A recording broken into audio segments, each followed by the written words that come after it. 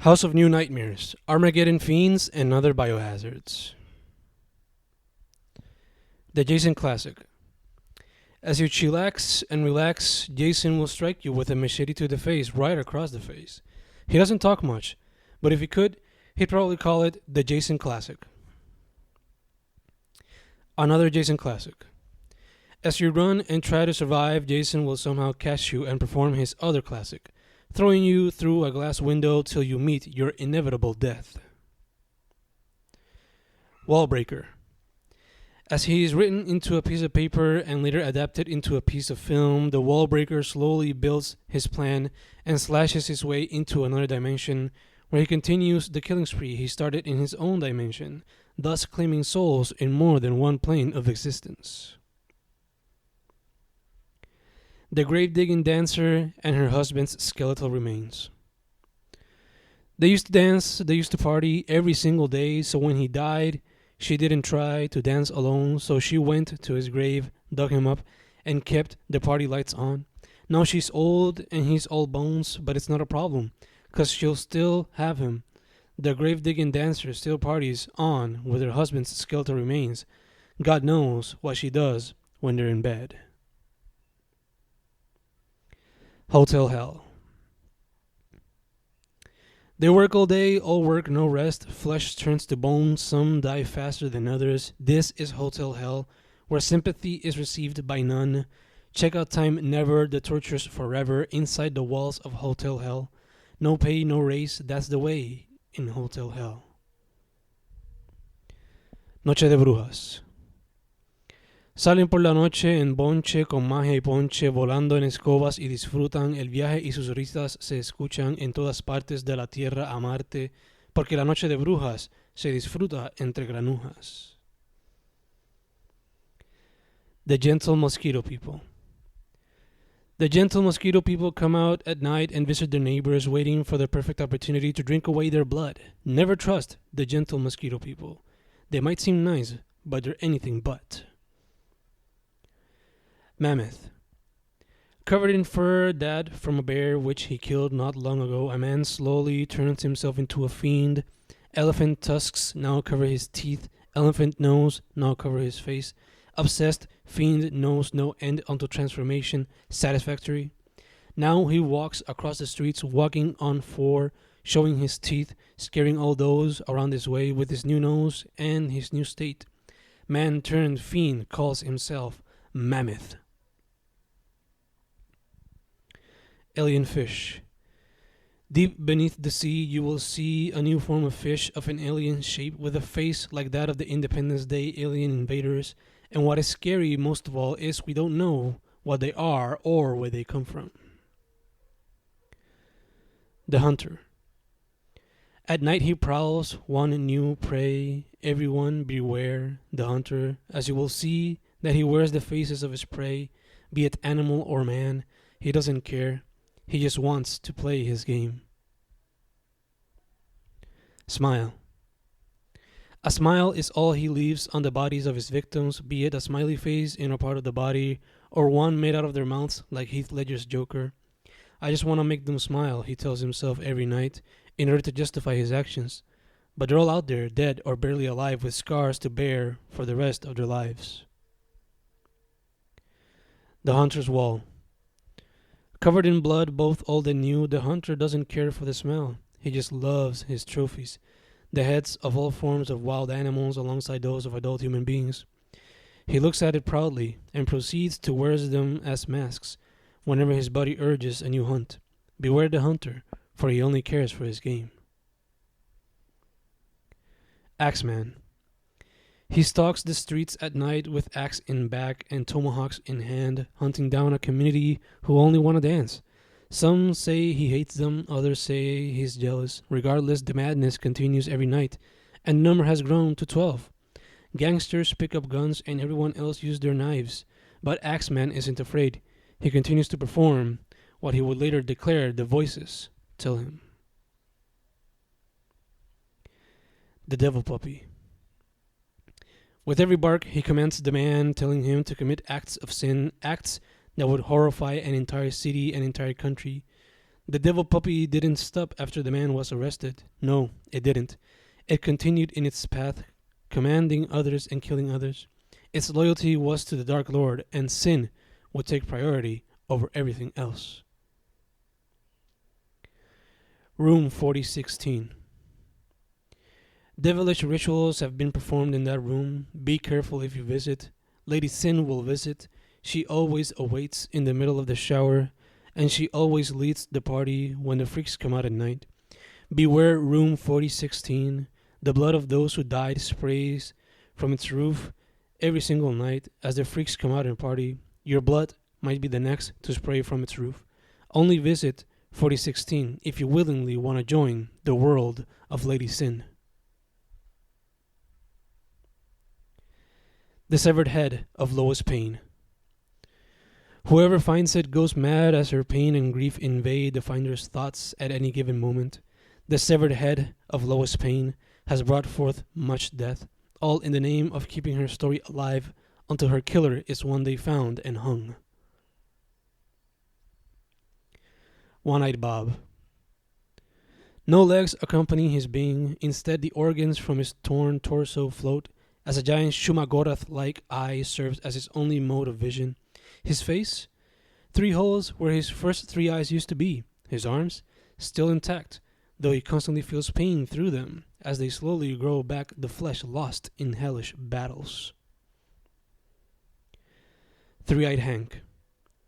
Three-Eyed Hank drives fast down San Juan highways in his demon speeding hot rod, looking like an odd rod, with his tongue out like MJ, laughing out loud with no way to stop him in his tracks as he acts like a Mac, straight out of hell, bidding farewells to all those looking to excel in the craft he masters so well. OMG Betty. OMG Betty yells almost every single day as she meets new guests in her home, the house of new nightmares, but nobody understands why. Her features are similar to many of the others. She doesn't have eyes, she doesn't have a nose. Her mouth covers her entire face. Her hands are crab claws. Her legs are peacock legs. And she has mosquito wings too. But there she goes every day, yelling OMG as she meets someone new every single day in the huge walls of the House of New Nightmares. Faith. They all gather around a large green portal on the ground and stare. They are hypnotized by it, tranced by it. They've never seen anything like it. Some drool unconsciously, some cry too slowly. A giant S emerges, and they all bow and praise it, while creatures with large fangs and tusks start eating them, and they just smile, because this is the sacrifice they were expecting to do for their faith. The abduction. They don't remember much of the event, but they will forever tell the story of how they were once abducted by extraterrestrial cockroach-like beings who worshipped a female deity that humans usually called La Llorona. They will forever tell their story as they carry the scars beneath their feet, scars that bear the form of small cockroaches. Sick, the Devil Dude. Sick, the Devil Dude rides the streets of Santo Turce in his signature hellbound skateboard with his Tony Hawk's Underground-like skills, surprising all those around, especially when he goes psycho and performs kickflips from building to building and rides electric wires like nobody's business. However, while Sick seems to enjoy life in the Earth realm, he doesn't really know that this world he slowly grows fond of will be eradicated by his own will when he reaches the age of 18, and the horns on his head grow the Devil's Crown, which will open a portal for all devil fiends to use as a means of destruction for humans all around. Jomiso the Wizard. A lonesome dark figure stands in the middle of a cabin in the woods. Its eyes are full of blackness. Its robe, hair, lips, and nails follow suit. A staff slowly appears by its side as wanderers look for guidance, but what they don't know will soon lead them to the chaos and wrath of Jomiso the Wizard, as he sends through paths of hellish torture and devilish pain.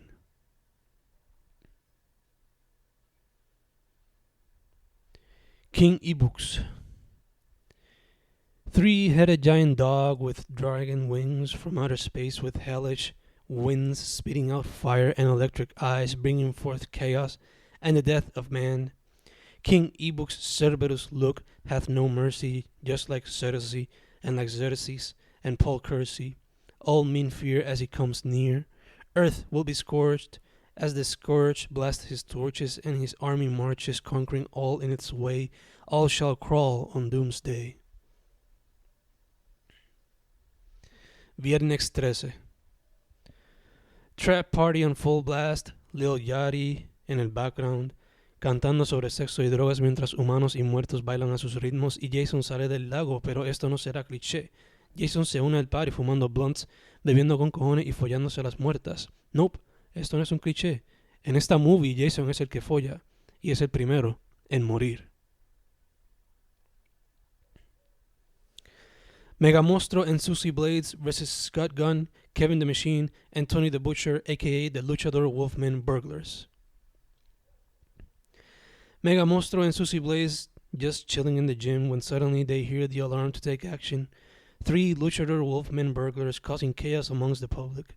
Megamostro and Susie Blades snap their knuckles and take out katana for action. But the burglars are ready with wrestling moves and wolf ferocity. Everyone runs away while some stay with phones on yelling World Star. The Wolfmen sharpen their teeth and circle around the siblings, one ready with a chokeslam, another with a stunner, and the final with the elbow. But none of them comes close to Susie Blades or Megamostro. One goes down to the fury of punches by Megamostro. Another gets decapitated like Wonder Woman did Steppenwolf. Only one left, and he certainly doesn't leave, activates what he carries in his wrists and turns into a machine, starts shooting laser beams, siblings evade with ease, Megamostro Johnny Cage punch to the D, leaves K vulnerable for a Susie Blades swing, another decapitation, another Monster World celebration.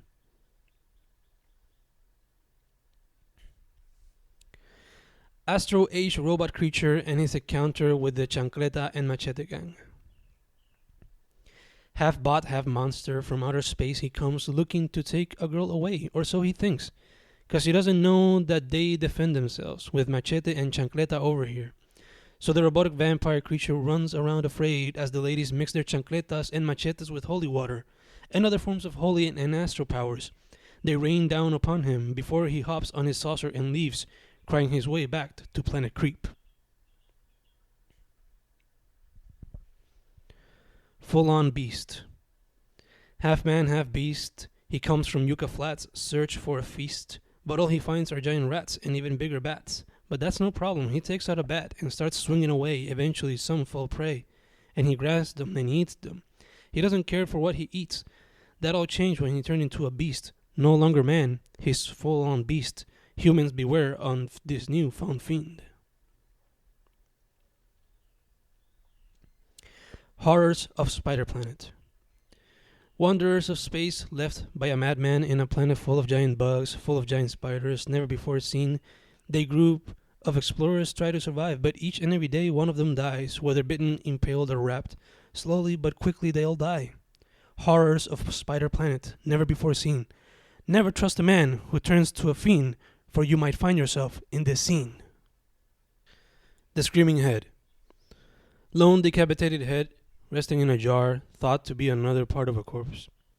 But somehow it kept itself alive. Now every night the scientist can hear the head in his ear, screaming to be free. He couldn't believe, but his eyes didn't deceive. It was true what he could see. A bodiless head, screaming, "I'm not dead." The Hand from Beyond. A portal opens after a fool reads the book. He tries to run for his life, but the Necronomicon wants his life and all the blood that surrounds the world around.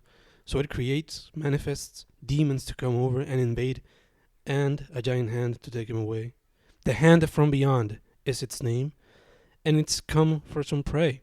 Demons come through and take human lives, all because a fool's mistake.